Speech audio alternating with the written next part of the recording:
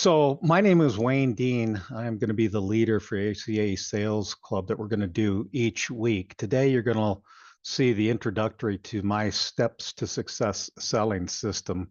And instead of going into my full bio here, it's available if anybody wants to go to my personal website for 3dpro.services. But I've been a sales trainer for over 20 years. I first started nonprofit management. As a matter of fact, I produced major telethons for different charities and have a couple of Emmy nominations, but I transitioned into doing sales and management training for the last several years. But I'm also starting an ACA club in Northern Colorado, Fort Collins area. So what we've talked about is hosting each month a sales club for just ACA members. So each month on the second Thursday, I will do, starting at 3 p.m. Central and 2 o'clock Mountain Time, I will do and host a sales club on different topics. Then on the third and fourth Thursday of each month, people may join my ongoing reinforcement training that I have. And I've listed for you some of the different sessions that I have. And I've got over 120 different sales components, everything from how to deal with difficult people, how to sell to homeowners, how to specifically get to decision makers, all the different things that people tend to ask about when it comes to sales, as far as what are some of the challenges and issues that they have. So the curriculum that we have will be every single, the second, the third, the fourth Thursday of each month, we'll do some type of a sales training that people can participate in. But today, what you're going to learn is my system, the steps that I call for steps to sales success. It starts with sizing up the prospect. That's the S in the step. Take them to what their real problem is. Then the third step is extend that problem into the future, propose the solution, and then solve their problem. So really the reason I start with a selling process is if I ask most salespeople to describe for me on a vanity license plate what their selling system would be, most of them would be wing it, because most people do not have a systematic approach to selling.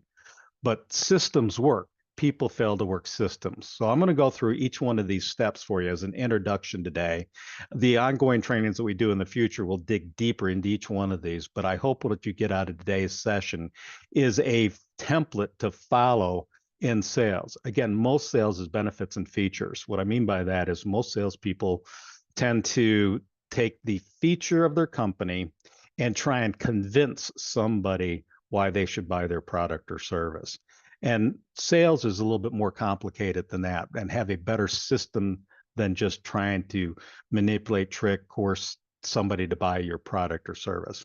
So the first step in our size up the prospect is bonding rapport. What I want people to think about is, how does this person that I'm meeting across the table from me, their kitchen table, their desk, whatever, how does this person process information?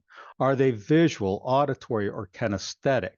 And then establish the ground rules for how these are going to go.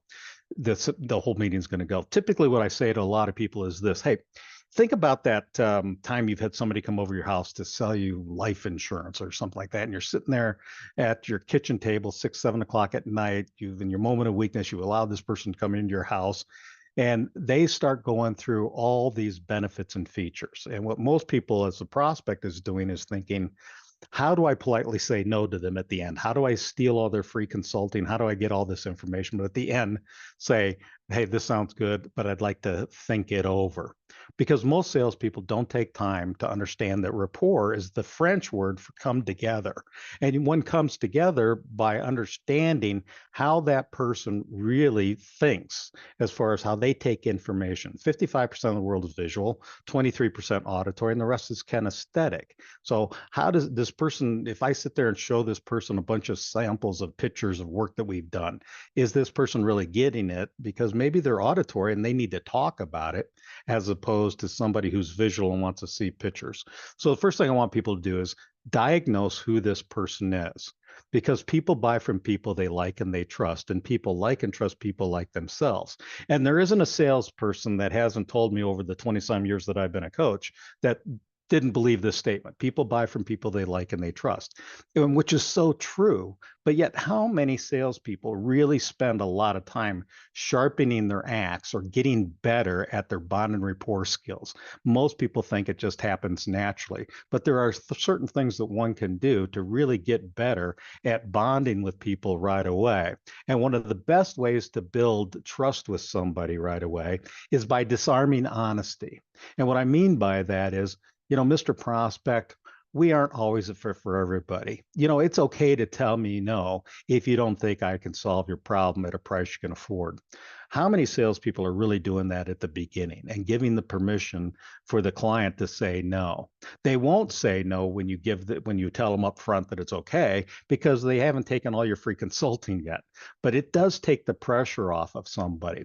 So the first thing I tell most salespeople is when you meet with somebody, manage the expectations. Say to them, hey, I'm not sure if there's a fit. I don't know if what I've done for hundreds of other people fits in your world. And the same with those of you that are listening either live or going to watch this video. I don't know if my product or service or my sales training fits for you. And at any time you decide that there's not a fit and I'm not going to be the person that can help you, I'm certainly okay with you telling me that. Thank God for all the girls in high school. They got me used to rejection.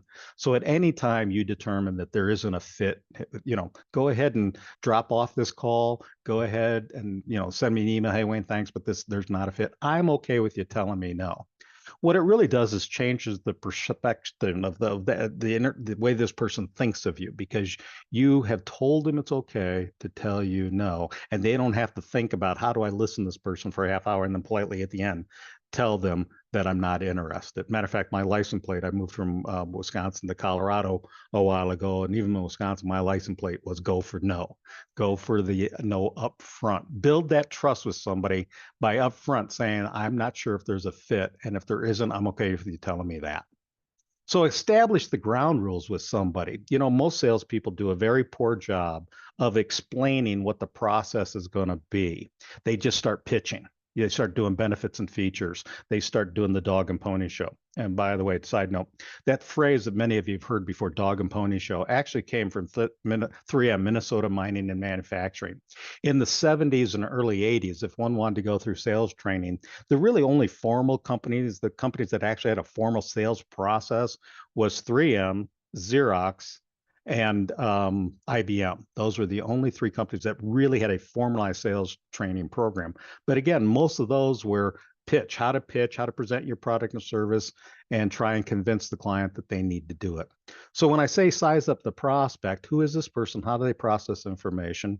And then establish the ground rules for, this is what we're going to do. I need to get this, and this so that we can move forward. So that's what we mean by lay the ground rules for the conversation. Buyers today don't want to have to tell providers what to do. They want trusted advisors who will recommend, not react. So be proactive in your recommendations and show buyers the path they need to take to alleviate their pains and to reach their goals. So articulate how you are best suited to help them do that. And that's what I mean by set the agenda. Hey, Mr. Prospect, I'm going to ask you a lot of questions. I hope it doesn't become annoying. The reason I'm going to ask a lot of questions, and probably more than my competitor will, is because I don't have a preconceived notion of how I'm going to solve any problems that you have. So I need to ask you a lot of questions. I hope that's okay. One of the rules you'll find in sales can be prospects can't get mad at you for doing something they gave you permission to do. So one of the things you can do is say, hey, before we get started, is it okay if I ask you a lot of questions?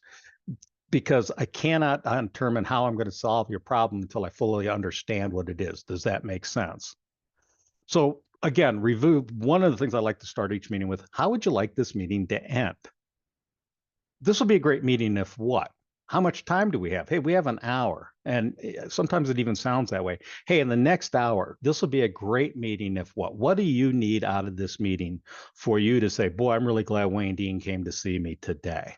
Do you mind if I share with you what I need out of this meeting? I need to fully understand the scope of the project. I need to understand your timeline. I understand your budgetary restrictions. And when we get done, once you've got everything you need out of this meeting, and I got everything out of this meeting, there's only three logical outcomes of this meeting. A yes would be great. but many times I know the first meeting isn't a yes and you're going to buy. But a no would be okay too. We've already established that it's okay for you to tell me no. But Mr. Prospect, if it's not a yes and it's not a no, what else could the outcome of this meeting be? And many people will say, well, I guess I need to think it over. But at that time, you can say, come back. I appreciate that, but think it over. I find it's usually a polite or a slow no. Why don't we do this? If it's not a yes and it's not a no, why don't we just, the clear next step would be we might have to have another meeting. Would that be okay? So that's what I mean by manage the expectation right up front. Before you even get into the dog and pony show, before you get into pitching, just establish the ground rules for how you want this meeting to go. I get a kick out of baseball. Before every baseball game, major league game, whatever, the umpires and the managers meet behind home plate and they go over the ground rules such that if a fly ball hits in fair territory on the warning track and bounces into the stands, it's a ground rule double. And they all know that in every ballpark that typically is it. And like in Wrigley Field, if it gets stuck in the vine in the ivy and the vines in the outfield, it's a ground rule double. Or if in the Dome Stadium it hits the roof, it's a ground. Why do they go over those ground rules every game if everybody's heard them before? It's so there's no confusion as to what the clear next step is going to be. So this is what I mean by setting the agenda, by reviewing how both of you want this meeting to end, how much time you have in this meeting, what the prospect needs out of this meeting, what you need out of the meeting, be able to give them a quote or whatever the next steps would be. But I get a question all the time. People say to me, can I teach anybody to be a salesperson, or do you have to naturally be born? And I said, well, I can teach anybody to do sales if they'll follow this step. Out of every sales opportunity, they get either a yes, a no, or a clearly defined next step. Then I can help people get their sales numbers up. So advise your prospect of even what the process is going to be. Sometimes as a salesperson, we've done the pitch, the presentation so many times that we forget to tell the client they haven't been through this before. And we start, just going into the systematic approach to it without telling them what we're doing. And then they're wondering what's going on. So explain to the prospect what the steps are in your system itself, so that you can build that trust with them and they will look at you as a trusted advisor instead of just somebody trying to sell them something. Second in my step system is take them to their problem. What's the real problem? But many times what we have to find out is what's causing the problem. Because, I'll give you an example. I had a person one time who he said to me that, yes, my problem is I need to get my sales up. And he was an insurance salesman. I said, well, I appreciate that. You need to get your sales up, but why? What's causing? What's the issue that you need to get sales? Everybody needs to get their sales up, but why do you? And he says, well, let me explain. My daughter is in this insurance business with me, but my daughter, because she's in the program with me, one of us always has to be available for clients. Somebody's always here to keep the office open. Somebody has a claim or whatever. And so we've never been able to take a vacation together. So I really need to get my sales up so that we can hire somebody that can run the office so that my daughter can go with my wife and I and our family together and we can go on family vacations together. That was the problem. And understanding what the real problem, what's causing it, is what most salespeople fail to do. They hear the surface, they hear the first problem, and then immediately jump in and try and fix it. And they don't know what's causing the problem or what the impact that problem is having with them. So that's what I mean by spend some time with the prospect, really understanding what their problem is, asking some more questions to figure out, what's really at the root of the problem, what's causing it. Because many times in my system, you'll make more sales, not because you have a better product or service, although I hope you do, but you'll make more sales because you do a better job of identifying a challenge or issue that your competition didn't. So make sure you take the client to their real problem. Ask interesting questions. I want you to think about it this: you're judged more by the questions you ask than the answers you give. And again, this isn't the time to pull out your stock list of questions that you ask everybody and start firing away as if it's an interview, but ask questions based on the responses you get to the client. Ask questions. Examples might be like, I see several companies in your industry using HD equipment to gain bids on how they would, not have received on other camera equipment. How's this affecting your business? Or I checked your annual report and you mentioned that key priorities are 1, 2, and 3. How are you tracking the achievement toward those goals? What are the challenges you're finding? How's that merger that I heard you guys had with your sales force? How's that affecting your reps and their ability to sell new products? And how are you dealing with the new regulations in your industry around such, such, and such, and such? I know several of your clients are struggling with A and B. How are you handling those? That shows that you're really interested in that client because you did some research up front and asked interesting questions instead of the typical open-ended, well, you want to improve your sales, don't you? Well, of course. Or you want to save money. That's when you want to save money, don't you? No kidding. So the next step in taking their pain is also discovering what their budget is. Is the prospect willing and able to invest the time and the effort it's going to take to fix their pain or their problem? And it's kind of like, would it be fair to say it doesn't really matter what I charge? It matters what you expect to pay. There's only three answers to that question: yes, no, or I'm not going to tell you. But it really, the clients really want to do first thing. They want to know what you charge, but it really doesn't matter what you charge. It matters what they expect to pay to fix these problems. So it's kind of like the old joke, knock, knock joke, you start. Who starts first as far as whether the client gives you what it is that they can afford to pay or whether you tell them what the cost is? The problem with you just telling them the cost up front without finding their expectation is if you miss the mark, the client says something like a prospect says, well, that sounds interesting. Hey, I'll let you know. And you don't know whether you were in their ballpark, whether you were way too high, whether you were way too low and they thought maybe it wasn't worth it.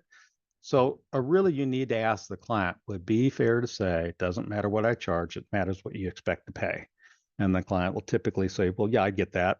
You mind sharing with me what it is you expect to pay or what you think is going to take to fix these issues that we've just talked about? Extend that pain into the future with a phrase like, let's pretend. When you take somebody to the future, one of the cool things that happens is when you take somebody, hey, let's pretend it's a year from now. Describe for me what your business is like or your home is like because you chose to buy my product today. Even as simple as like somebody in home remodeling or somebody in landscaping. Hey, describe for me 6 months from now what it's like because today, let's pretend today you chose to buy my product or service. Describe for me what your life is like. And they might say in landscape, oh boy, everybody can come over my house. We can do a cookout. There's enough room for people to sit around the fireplace.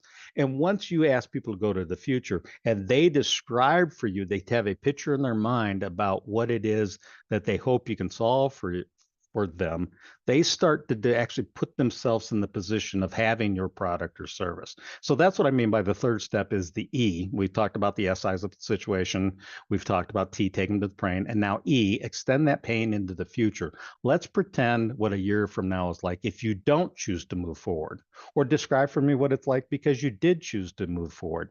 Take them to the future and they will describe for you many times how they hope that you can solve their problem.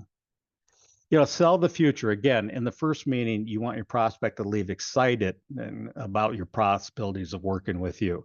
You build this excitement by painting the picture of what it's like to have your product. And you can do it with stories.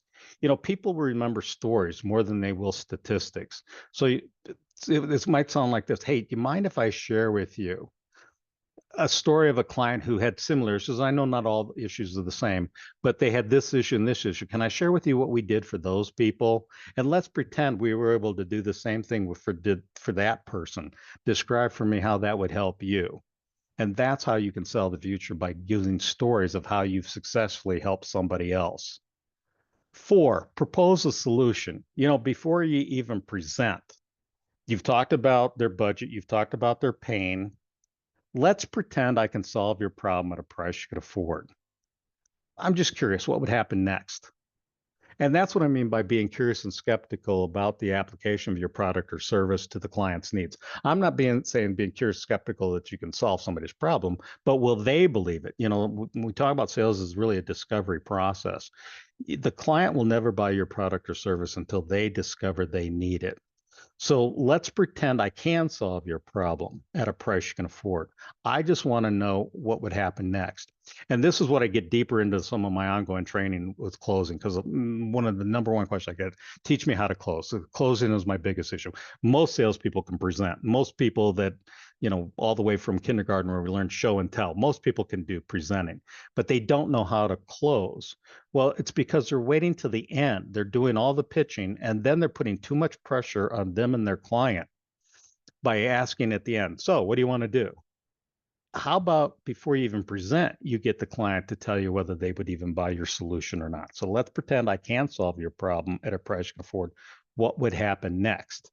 Now, what it really is just the terms of the contract. The client has laid out for you the terms of the contract. And if you can fulfill your terms of the contract, and that is solve their problem, they will fulfill their terms of the contract, and that's give you an order.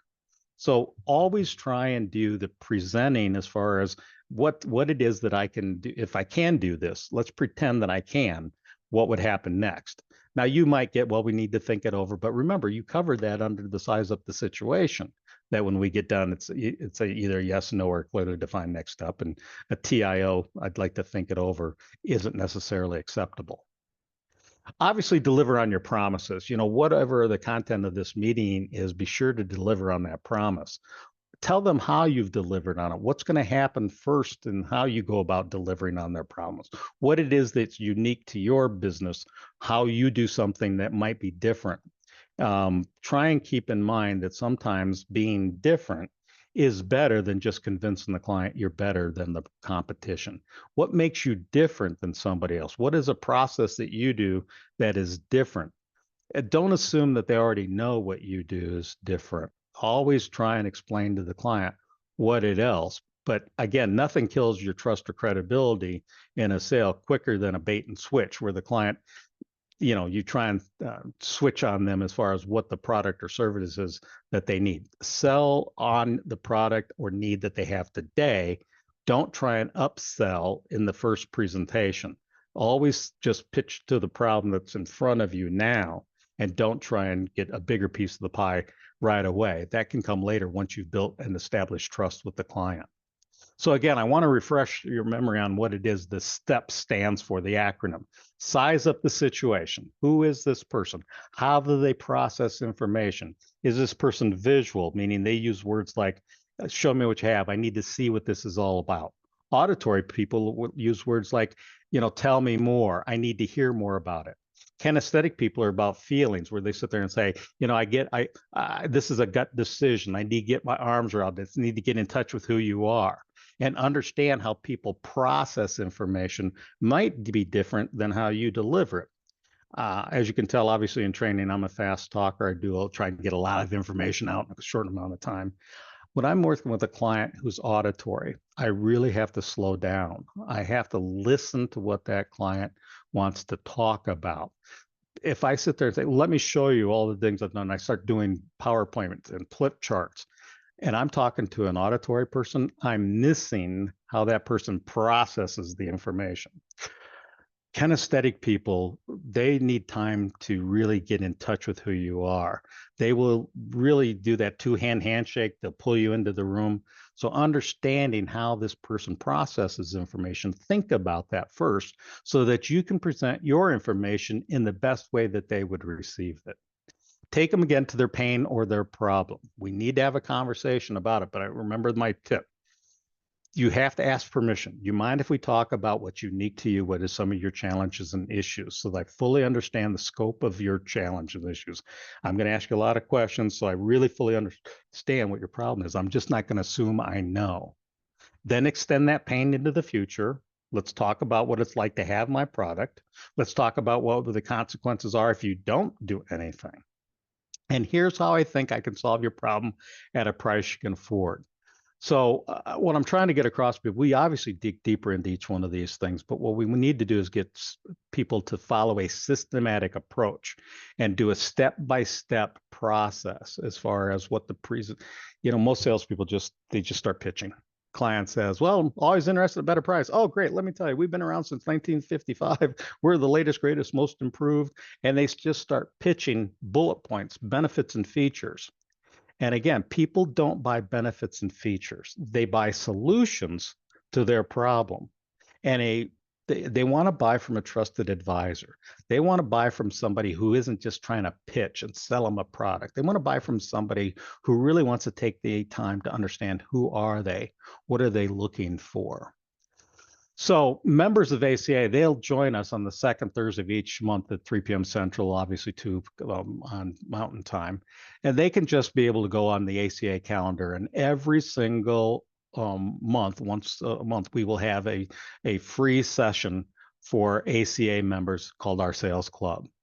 Those who want to participate in any ongoing reinforcement coaching and training from me can sign up for just $50 a month to get training on the other Thursdays of the month that we're not doing the regular sales club for the ACA. Plus, people will have access to training for over 100 hours of additional content that we already have on our YouTube channel. So many people are going to be watching this recording. They'll be posted at the YouTube channel. You'll be able to watch this again. But at this time, what I like to do is just open up if there's any questions or challenges. And I usually start it out by giving you a template and saying, okay, my business, we could be better at sales if we could just, how would you finish that sentence? Ms. Pope, how would you finish that sentence? We could be better at sales if we could just. That's a good one. I'm not really certain off the top of my head. All right, it could do sales is just 3 steps: marketing to get leads, turning that lead into an appointment or a presentation, and then turning that presentation into a sale. So many people will say, well, my struggle is I don't have enough leads, or boy, I got enough leads, but I just can't get appointments, or no, I've got enough leads, got enough appointments, I just can't close. So of those 3 options, any that resonate with you?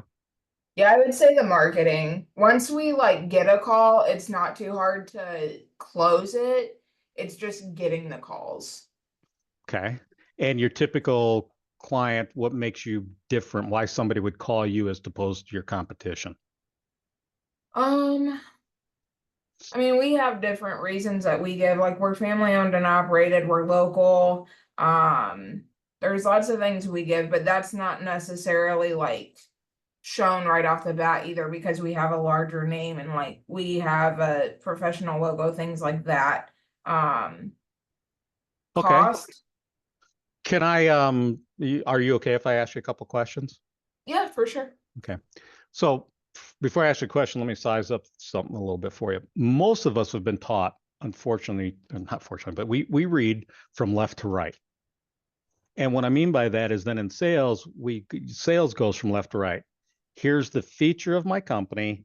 Let's convince you why it's a benefit. You know, we've been in business since we're a family-owned business. Okay, so let's say that that's true. You're a family-owned business. What problems does that solve for the client that you're a family-owned business? I mean, not really any.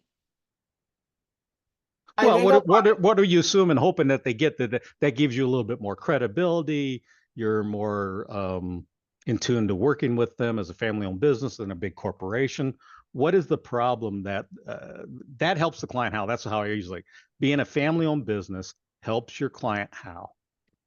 Okay, sure. So they have just Eric and I that they can reach out to, so it's easy to get to us rather than going through like a call center. I feel like communication is better.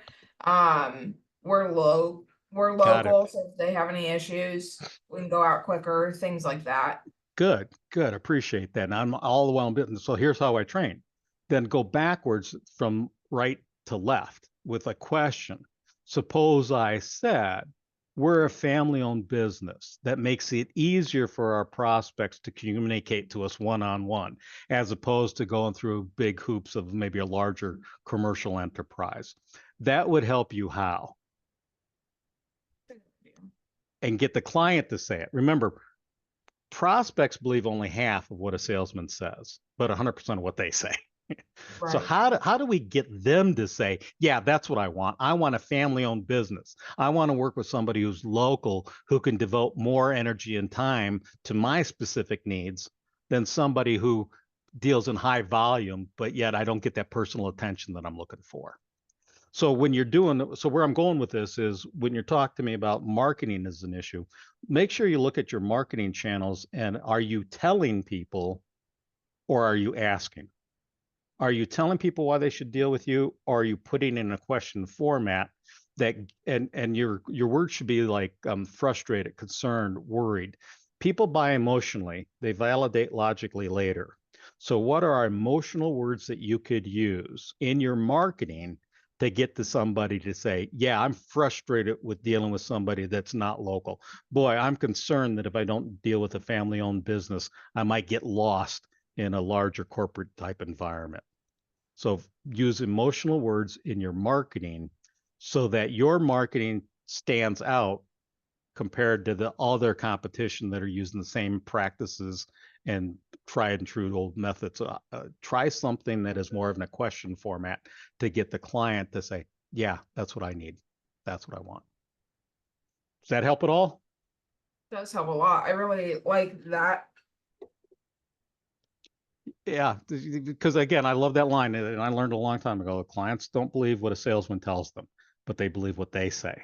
So how can you get them to say, "I want that"? It's kind of like I had a client that I might have already referred to. He said his benefit and feature on his website was, I started this business in 1975. Okay, so well, that means I have more credibility. And I go, really? Does your client believe that? Or does he think that, well, you've just been around longer and I'd rather work with somebody who's young and hungry and probably would give me a better price because they're just trying to build their business? See, if you're telling them, if you're pushing somebody in a direction, they naturally resist. But if you pull them, they'll follow you in a straight line. So look at your marketing that you're doing and thinking about that. Is your marketing trying to convince and tell somebody why you're better? Or are you putting it in a question format when the client goes, yeah, I want that. That's what I want that. I want that family owned business. I want that business that's been around. Let them say it instead of you. Any other areas that you love? I have a few minutes. Any other areas you'd like to discuss?